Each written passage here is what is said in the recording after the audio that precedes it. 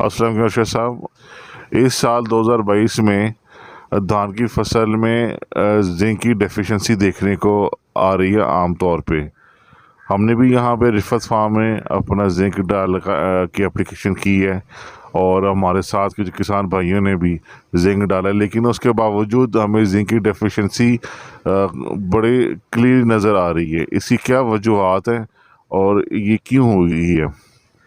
उसकी वजूहात तो बड़ी हैं। अगर एक एक को रखा जाए तो वीडियो बड़ी लंबी हो जाएगी। दो वजूहात मेरी समझ में ऐसी हैं, मैं समझता हूँ कि ये मेजर हैं, तो इनका मैं ज़िक्र कर देता हूँ। पहली चीज़ तो ये है कि हमारी जो फास्फोर्स की मैनेजमेंट है वो बड़ी गलत हुई है। तकरीबन 90% फार्मर्स ने ऐसा ही किया है कि पहली जो डोज़ है वो तकरीबन 10 या 15 दिन के बाद दी है, और दूसरा जो इसका मेजर वजह है उसमें जिंक के हवाले से किसानों की जो मालूमात है वो बड़ी कम है।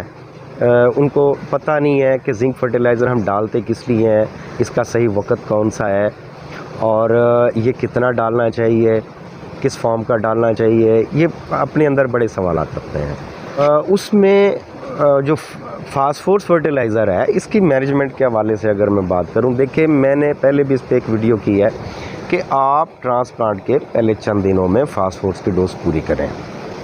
उसके बाद फ़र्ज़ करें आप रह गए हैं, आपकी फसल को 10 दिन 15 दिन गुजर गए हैं, तो फिर आप फास्फोर्स 38 दिन पे 40 दिन पे ले जाएं, लेकिन फौरी तौर पे फिर ना डालें। देखिए फास्फोर्स फर्टिलाइज़र जितना वेजिटेटिव ग्रोथ के लिए अहम है, ये उतना ही रिप्रोडक्टिव ग्रोथ के लिए भी अहम होता है। तो आपने अगर पहली डोज लेट कर दी है तो वो जिस मकसद के लिए डाल रहे थे कि हम अपने पौधे की जड़ों को डेवलप करेंगे, वो तो वक्त गुजर चुका। फिर आप इस डोज़ को उस हिस्से पे लेके जाएं जो जहाँ से रिप्रोडक्टिव ग्रोथ का काम शुरू होना है आगे। तो इस तरीके से आप कमी को पूरा कर सकते हैं। ये देखें, ये दरमियान का जो अरसा है ये नाइट्रोजन और जिंक के लिए होता है ताकि वो टिलर्स ज़्यादा बनाए और फसल वेजिटेटिव ग्रोथ की तरफ चले। तो वहाँ पे अगर हम फास्फोर्स का डोज देते हैं तो काफ़ी इम्कान होते हैं कि हमारा जो जिंक है वो पौधे की जड़ों में लॉक हो जाएगा और वो दस्तयाब नहीं होगा। तो ये एक मेन रीज़न है हम जिंक को डालने के बावजूद भी अवेलेबल नहीं करवा सके हैं, जिससे डेफिशिएंसी देखने को मिल जाती है। अच्छा, इसके बाद दूसरा जो रीज़न है वो है अदम मालूमात किसानों की जिंक के हवाले से। देखें, आम तौर पे 1 एकड़ जो धान की फसल है उसे ग्राम्स में अगर हम देखें तो तकरीबन 80 से 90-100 ग्राम जिंक की ज़रूरत होती है। अब हम क्या करते हैं कि 33% वाला एक पैकेट डाल देते हैं या 27% वाला एक पैकेट डाल देते हैं, या फिर हम 21% वाले 2 पैकेट डाल देते हैं। आमतौर पे ऐसा ही होता है। लेकिन हमें ये पता होना चाहिए कि जो हम 33% वाला डालते हैं उसमें ग्राम्स में अगर हम देखें ये कितना दस्तयाब है, तो ये 39 इशारिया कुछ पॉइंट बनता है, यानी कि ये 40 ग्राम भी टोटल अवेलेबल नहीं है। तो अगर हम 2 पैकेट मिलाते हैं तो ये 80 ग्राम बमुश्किल दस्तयाब होता है, जो कि आम तौर पे एक फसल के लिए क्वांटिटी पूरा नहीं करता है। लेकिन हमारे माहिरीन भी ये बात कह रहे होते हैं कि जी आप 2 पैकेट डाल दें या आप 6 किलो डाल दें। मैं कहता हूँ ये 7 किलो डालना चाहिए, तब जाके इसकी क्वांटिटी पूरी होती है। अब अगर 33% 39 इशारिया कुछ पॉइंट अवेलेबल है, तो इसी हिसाब से अब 27% का 21% का हिसाब देख लें, ये तो और भी ज़्यादा कम दस्तयाब है ग्राम्स की शक्ल में। तो इसी हिसाब से इनकी क्वांटिटी बढ़ाएं। एक्चुअल इनकी क्वांटिटी 33% अगर डाल रहे हैं तो आपको 7 किलो डालना चाहिए। अगर 27% वाला डाल रहे हैं तो आपको 8 किलो डालना चाहिए। अगर आप 21% वाला डाल रहे हैं तो आपको 11 किलो डालना चाहिए, तब जाके ये पूरा हो सकता है। लेकिन आमतौर पे किसान को या फार्मर्स को इन चीज़ों का नॉलेज नहीं है, इसलिए वो जो शॉपकीपर होते हैं या दुकानदार होते हैं, फर्स्ट उनके पास 21% वाला जिंक है, वो ये सोचते हैं कि यार ये फार्मर वापस ना चला जाए।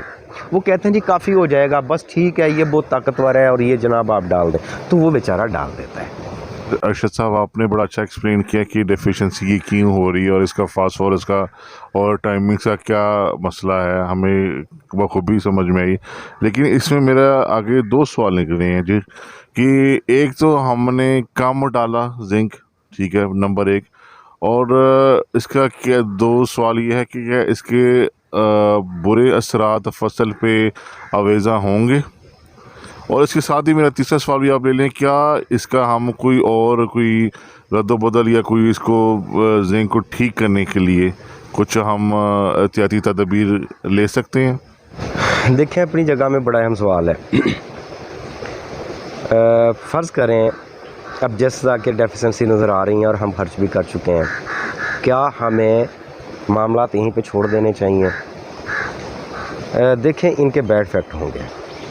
वो क्या होंगे? आपको पता है कि ज़िंक एक तो हमारी फसल में क्लोरोफिल बनाने में काम करता है, दूसरा ऑक्सीजन क्रिएट करते हैं, वो भी फसल के लिए ज़रूरी होते हैं, और तीसरा ये है कुछ एंजाइम्स क्रिएट करते हैं। ये सारी चीज़ें एक फसल के लिए ज़रूरी होती हैं। इसके अलावा पत्तों की रंगत बेहतर हो जाती है, हरी हो जाती है, उसके नतीजे में फोटोसिंथेसिस के जो अमल है वो बड़े बेहतर तरीके से होता है, पौधा बेहतर तरीके से एनर्जी हासिल कर सकता है, अपने खुराक बना सकता है। तो अमल दखल तो है इसका। इसके अलावा भी कुछ इसके काम हैं, जिस तरह के कुछ माइक्रोन्यूट्रिएंट्स ऐसे हैं, ख़ास तौर पे बोरॉन, इसको पौधे के सिल सैप में मूव करवाने के लिए जिंक का बड़ा रोल है।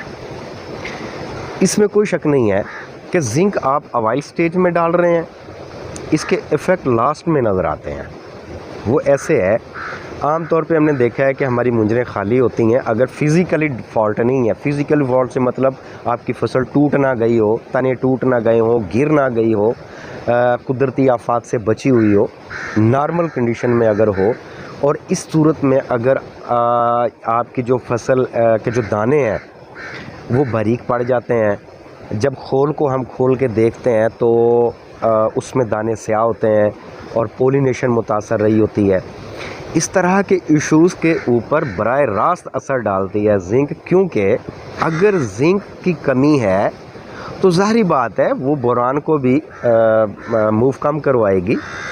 तो बोरान अगर कम अवेलेबल होगा तो फिर ये सारे जो मैंने इश्यूज़ बताए हैं वो सामने आ जाएंगे, क्योंकि ये सब के सब बोरान के मरने मिलता है। तो ये इफ़ेक्ट वहाँ पे देखने को मिलते हैं, इसके बैड इफ़ेक्ट होंगे, इसमें कोई शक नहीं है। दूसरा सवाल आपका ये है कि अब फिर क्या किया जा सकता है, फिर इसको किस तरह से कवर किया जा सकता है। देखिए, अगर आप ज़्यादा ख़र्चा करना नहीं चाहते हैं और आप समझते हैं कि आपने जिंक डाल दिया, आपकी ड्यूटी पूरी हो गई है, तो मेरे ख़्याल में आपको चिलेड जिंक फोलियर डोज में दे देना चाहिए। इसमें लिबरल जिंक है, इसमें हेडलैंड जिंक है, अच्छे जिंक है, या और भी चिलेटेड EDTA जिंक आप ले सकते हैं, और वो 100 से 150 ग्राम फी एकड़ के हिसाब से स्प्रे कर सकते हैं। बल्कि इसमें दीगर माइक्रोन्यूट्रिएंट्स भी अगर आप शामिल कर लेते हैं वो बेनिफिट ले होंगे। तो एक डोज़ आपको फोलियर दे देना चाहिए, इससे बेहतर मामला हो जाएगा।